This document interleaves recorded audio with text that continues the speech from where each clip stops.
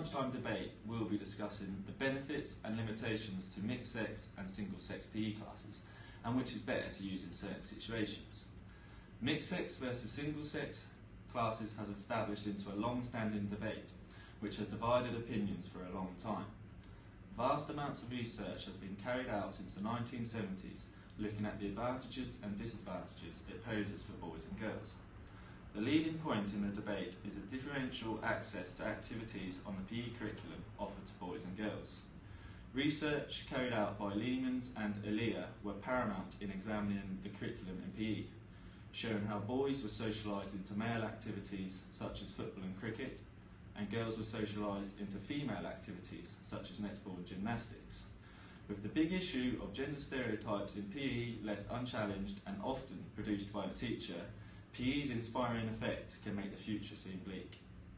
The need for equal opportunities for boys and girls is vital in PE. PE provides the perfect environment to focus on gender inequalities. However, some forms of PE can reinforce gender differences by offering certain activities which increase muscularity and femininity. So we will now hear from two different teachers, one of which insists on mixed-sex classes, whilst the other insists on single-sex classes. My name is Miss Moore and I'm an advocate for mixed-sex classes. The main benefit of having mixed-sex classes is the positive effect it has on gender equality. There are so many issues within school and out of school that have detrimental effects on gender equality that can cause rifts between boys and girls. There is no valid or relevant reason to split girls and boys up into separate classes at all. Boosting gender equality is only the beginning.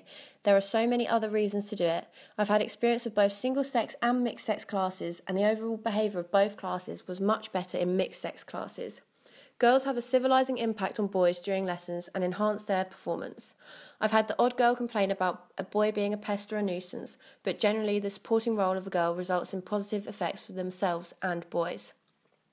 I recently read an article written by Kenway and Willis which highlights the importance of mixed-sex classes and the role it plays in gender reform. Girls wish boys to see the story from their point of view, what they have to go through and deal with whilst at school, and a single-sex class simply does not do this. Another benefit of having mixed-sex classes is the long-term effect it can have on later in life, either at work or in a sports team.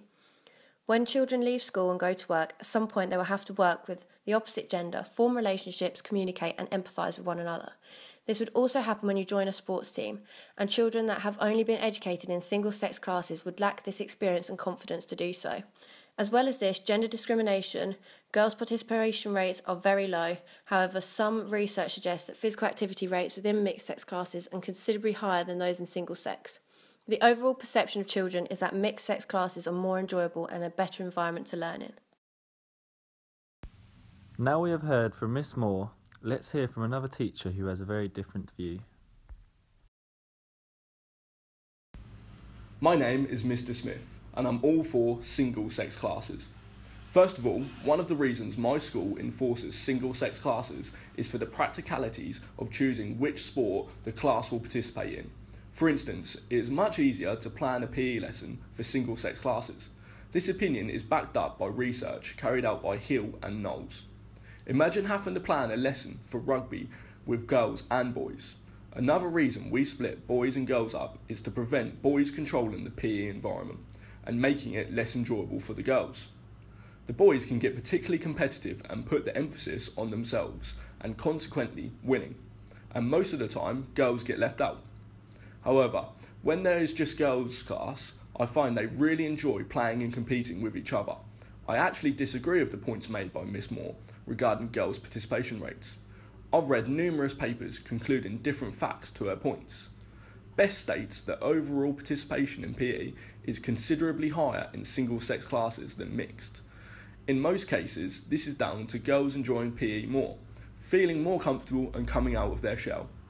Did you know that girls actually receive fewer academic learning opportunities in mixed-sex classes compared to single-sex classes?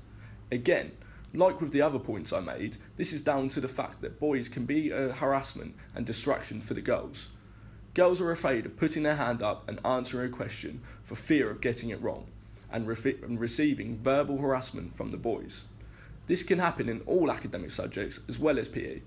In a study carried out by Jackson, a girl stated in an interview that girls get embarrassed if they get it wrong in front of the boys and they might laugh at you.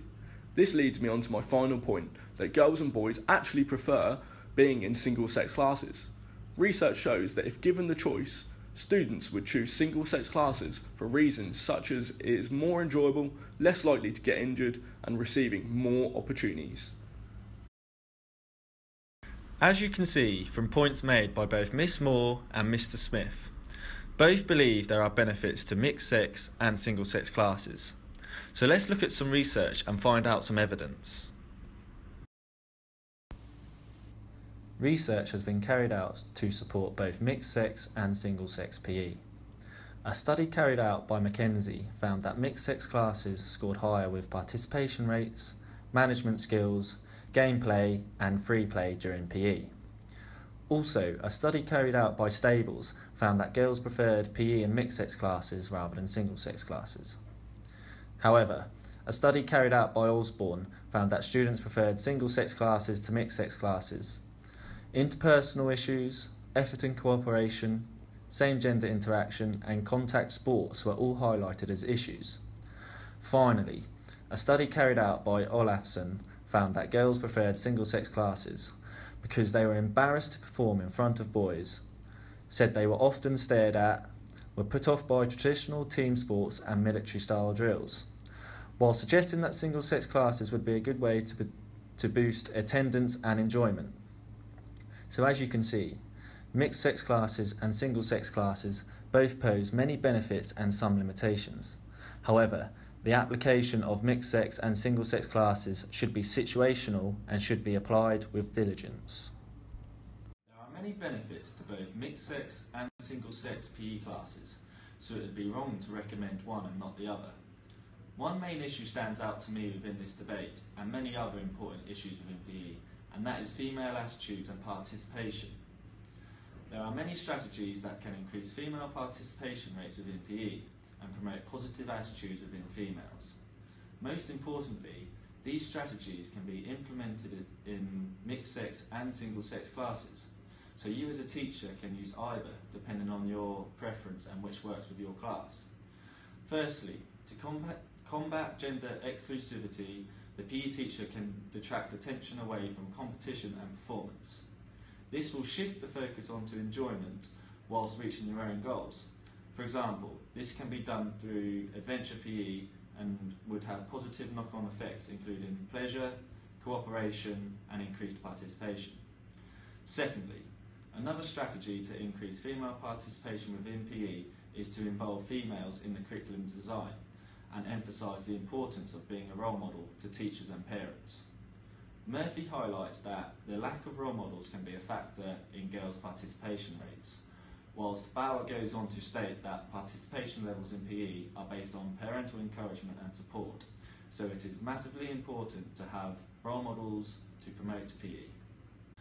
Thirdly, another issue is gender stereotyping within PE.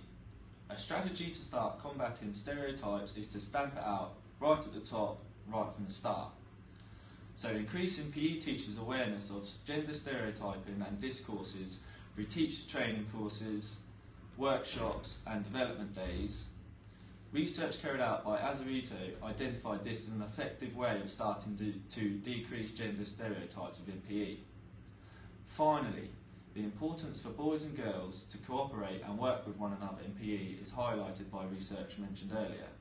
Many state how boys working in the same environment with girls can increase participation, attainment and promote better behaviour.